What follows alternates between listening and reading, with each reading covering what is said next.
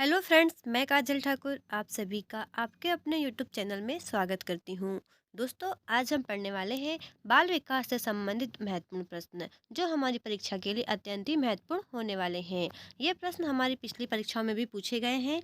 आइए बढ़ते हैं आज के हम पहले प्रश्न की ओर। दोस्तों, आज का पहला प्रश्न है हमारा, छोटे छोटे वाक्यों को बोलना व तीन पहियों की साइकिल चलाना, यह कार्य किस अवस्था में होता है? पहला ऑप्शन दोस्तों हमारा शैशव अवस्था में, दूसरा ऑप्शन हमारा बाल्यावस्था में, तीसरा ऑप्शन दोस्तों हमारा किशोरावस्था और चौथा ऑप्शन है प्रौढ़ावस्था। तो दोस्तों, छोटे छोटे जो वाक्यों को बोलना व तीन पहियों की साइकिल चलाना, यह हमारे शैशव अवस्था का कार्य है। किस अवस्था का दोस्तों? शैशव अवस्था। इस प्रश्न का सही उत्तर होगा ऑप्शन नंबर ए, शैशव अवस्था। आइए बढ़ते हैं अगले प्रश्न की ओर। अगला प्रश्न है दोस्तों हमारा, कार्ल सी गैरिसन ने किस विधि का अध्ययन किया था? जो एक वैज्ञानिक है कार्ल सी गैरिसन, इन्होंने किस विधि का अध्ययन किया था? तो इन्होंने किया था लंबात्मक विधि। आप याद रखिएगा, इस प्रश्न का सही उत्तर होगा लंबात्मक विधि। लंबात्मक विधि से किस संबंधित है? तो यह कार्ल सी गैरिसन से संबंधित है। इन्होंने इस विधि का अध्ययन किया था। अगला प्रश्न है दोस्तों हमारा, निम्न में से किस घटना की ओर बालक सर्वप्रथम आकर्षित होता है? पहला ऑप्शन दोस्तों प्रकाश, दूसरा ऑप्शन है ध्वनि, तीसरा ऑप्शन दोस्तों माँ और चौथा है भोजन। तो दोस्तों, जब बालक सबसे सर्वप्रथम जो आकर्षित होगा तो वह किससे होगा? वह होगा प्रकाश से। किससे दोस्तों? वह प्रकाश से सबसे अधिक आकर्षित होता है।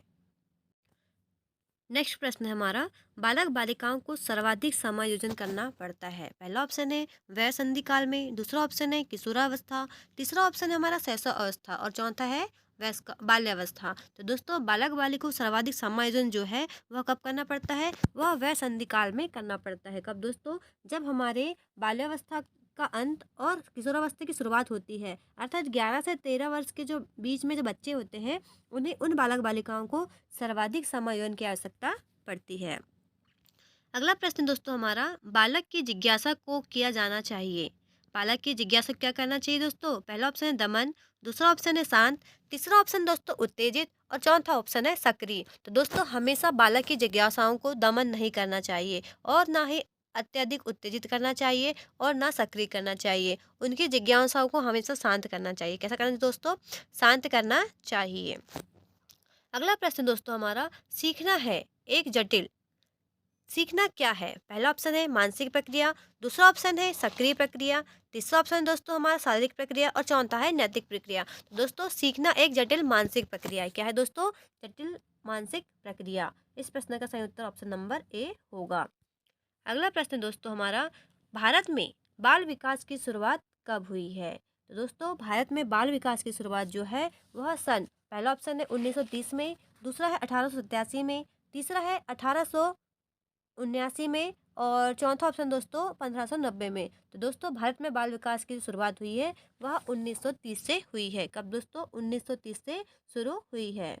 दोस्तों, भारत में जो बाल विकास के अध्ययन की शुरुआत लगभग 1930 में कोलकाता विश्वविद्यालय में हुई थी। कब दोस्तों? 1930 में कोलकाता विश्वविद्यालय से शुरू हुई थी।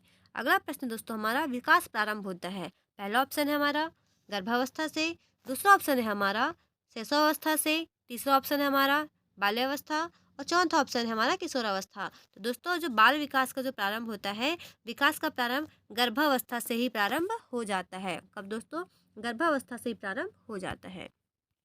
अगला प्रश्न दोस्तों हमारा, बालिकाओं की लंबाई किस अवस्था में बालकों से अधिक होती है? पहला ऑप्शन है किशोरावस्था के अंत में, दूसरा ऑप्शन है बाल्यावस्था में, तीसरा ऑप्शन है हमारा शैशव अवस्था में और चौथा ऑप्शन दोस्तों किशोरावस्था में। तो दोस्तों, जो हमारी बालिकाओं की लंबाई होती है वह सबसे अधिक कब लंबाई बढ़ती है उनकी? बाल्यावस्था में। कब दोस्तों? बाल्यावस्था में बालकों से अधिक होती है। नेक्स्ट प्रश्न है हमारा, दिवा स्वप्न एवं भाषा के कूटकरण की अवस्था है। पहला है गर्भावस्था, दूसरा है बाल्यावस्था, तीसरा है किशोरावस्था, चौथा है वृद्धावस्था। तो दोस्तों, दिवा स्वप्न अर्थात सपने जो हैं वह किस अवस्था में देखे जाते हैं? वह देखे जाते हैं किशोरावस्था में। अर्थात दिवा स्वप्न एवं भाषा के कूटकरण की अवस्था जो है वो कौन सी होगी? वो होगी किशोरावस्था। अगला प्रश्न दोस्तों हमारा, विकास के संबंध में सही कथन है। पहला ऑप्शन है विकास कुछ समय बाद रुक जाता है, दूसरा ऑप्शन है विकास वृद्धि का सूचक है, तीसरा ऑप्शन दोस्तों विकास संपूर्ण पक्षों में होने वाला परिवर्तन है। और चौथा ऑप्शन है विकास का संबंध बाह्य परिवर्तन से होता है। तो दोस्तों जो विकास है वह निरंतर चलने वाली प्रक्रिया है। कैसे होती है? निरंतर चलने वाली प्रक्रिया है, वह हमेशा निरंतर चलते रहती है और यह वृद्धि का सूचक है। विकास केवल वृद्धि का सूचक नहीं है, यह सभी पक्षों का सूचक है। विकास संपूर्ण पक्षों में होने वाला परिवर्तन है, यह इस प्रश्न का सही उत्तर है। विकास जो है संपूर्ण पक्षों में होने वाला परिवर्तन है, चाहे वो शैक्षिक पक्ष हो, शारीरिक पक्ष हो या सामूहिक, मतलब हमारे जितने भी पक्ष हैं बहुत सारे, वो सबका क्या होने वाला परिवर्तन है। विकास का संबंध बाह्य परिवर्तन से है। विकास का संबंध आंतरिक और बाह्य दोनों परिवर्तनों से होता है, इसलिए इस प्रश्न का सही उत्तर होगा विकास संपूर्ण पक्षों के साथ होने वाला परिवर्तन है। अगला प्रश्न दोस्तों हमारा, विकास केवल एक और न होकर चारों ओर से होता है, यह सिद्धांत बताता है। पहला ऑप्शन है हमारा समान प्रतिमान, दूसरा ऑप्शन दोस्तों क्रमबद्धता, तीसरा है सामान्य से विशिष्ट और चौथा है वर्तुलाकार। तो दोस्तों विकास जो है केवल एक ओर से नहीं होता है, वह चारों ओर से होता है। तो यह सिद्धांत हमारे वर्तुलाकार का है। किसका दोस्तों? वर्तुलाकार का यह सिद्धांत है। विकास केवल एक दिशा में नहीं होता, वह सभी दिशाओं से होता है और कैसा होता है? वह वर्तुलाकार।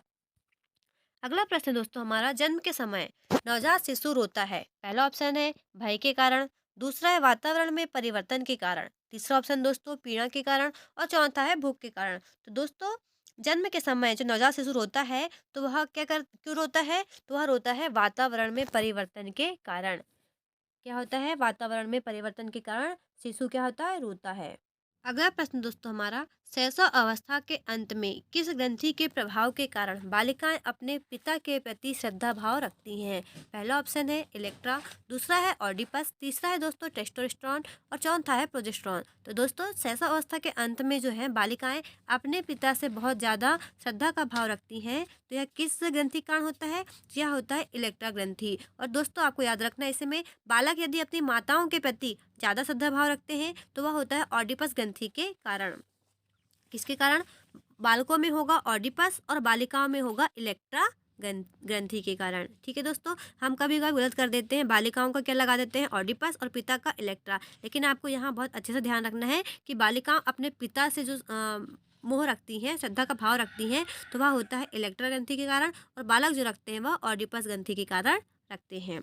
अगला प्रश्न दोस्तों हमारा, क्लार्क और बीच ने नर चिंपांजी के शरीर में, पहला ऑप्शन है स्त्री हार्मोन प्रवेश कराए, दूसरा है पुरुष हार्मोन प्रवेश कराए, तीसरा है 1-5 वर्ष के बालक में हार्मोन प्रवेश कराए और चौथा है उपरोक्त सभी। तो दोस्तों क्लार्क और बीच ने जो नर चिंपांजी है उसके शरीर में स्त्री हार्मोन प्रवेश कराए थे, जो कैसा था? असफल हुआ था। अगला प्रश्न दोस्तों, बालक का विकास वातावरण व वंशानुक्रम का क्या होता है? पहला ऑप्शन है योगफल, दूसरा है शेषफल, तीसरा है गुणनफल और चौथा है भागफल। तो दोस्तों इसमें आपको क्वेश्चन जो है यह अपने पीईबी का फेवरेट है। जो भी पूछेगा क्वेश्चन तो यह एमपीटेट वर्ग 3 या फिर महिला परीक्षक में बाल विकास संबंधित सबसे पहले उसका फेवरेट प्रश्न यही है कि बालक का विकास वंशानुक्रम का कैसा, मतलब वो रखता है। तो वातावरण और जो वंशानुक्रम है एक दूसरे के प्रति कैसे होते हैं? तो यह कैसे होते हैं दोस्तों? ये दोनों एक दूसरे के अंतर्निहित होते हैं, अर्थात इन दोनों में वंशानुक्रम और वातावरण का गुणनफल होता है। क्या होता है दोस्तों? बालक का विकास जो है वंशानुक्रम और जो वातावरण है उसका गुणनफल होता है। अगला प्रश्न दोस्तों, जीवन का सबसे कठिन काल कौन सा माना गया है? पहला ऑप्शन है गर्भावस्था, दूसरा ऑप्शन है हमारा शैशव अवस्था, तीसरा ऑप्शन है हमारा बाल्यावस्था और चौथा है किशोरावस्था। तो दोस्तों जीवन का सबसे कठिन काल किसे माना गया है? यह माना गया है किशोरावस्था को। किसे दोस्तों? किशोरावस्था को जीवन का सबसे कठिन काल माना गया है।